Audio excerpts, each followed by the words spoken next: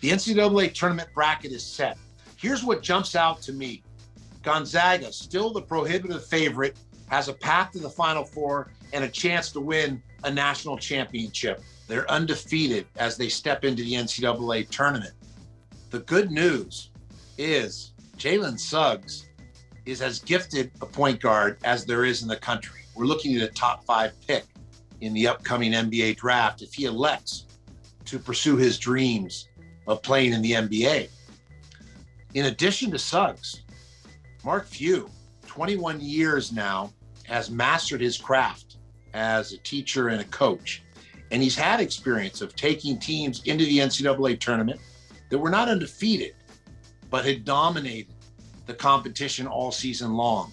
He's taken a Zags team to the Final Four. He's also experienced being upset. And so all of those experiences inform a coach in terms of how to better prepare your current team to achieve greatness and to cut down the nets, which is clearly the Zags' goal this year.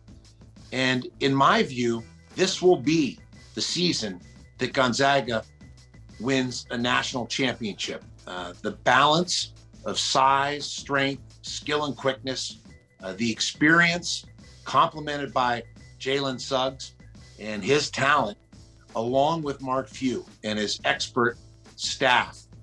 This is Gonzaga's year. You know, people may think that I've lost my mind, but I think Georgetown is as dangerous as any team in their region.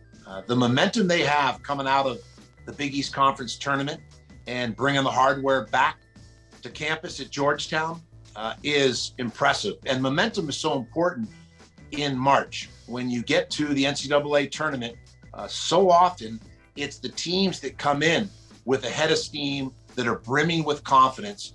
And there's just an element of destiny that's in play with this Georgetown team. There's Coach Ewing, but also his personnel and the way he's deployed his team offensively and defensively so effectively. Dante Harris has been a crunch time performer for the Hoyas. And Javon Blair, a senior, comes off the bench now for the Hoyas, and he provides a spark, is a catalyst, can play make and shot make with the best of them. And that imposing front line of the Hoyas provides resistance at the rim and plays an old school physical or stout style of basketball, hearkening back to Patrick Ewing's time when he played for John Thompson back in the 80s at Georgetown. So when you look at the region, they're capable of making a run to the second weekend and even potentially making a run to the Final Four. There's an intriguing matchup with Florida State. Leonard Hamilton's team is gifted and very deep, but I think Georgetown could upset them. And then possibly a matchup with Michigan. And Michigan, of all the number 1 seeds, while they've had an outstanding season, is vulnerable because of Isaiah Livers being out. He was a veteran player, a scorer on the perimeter.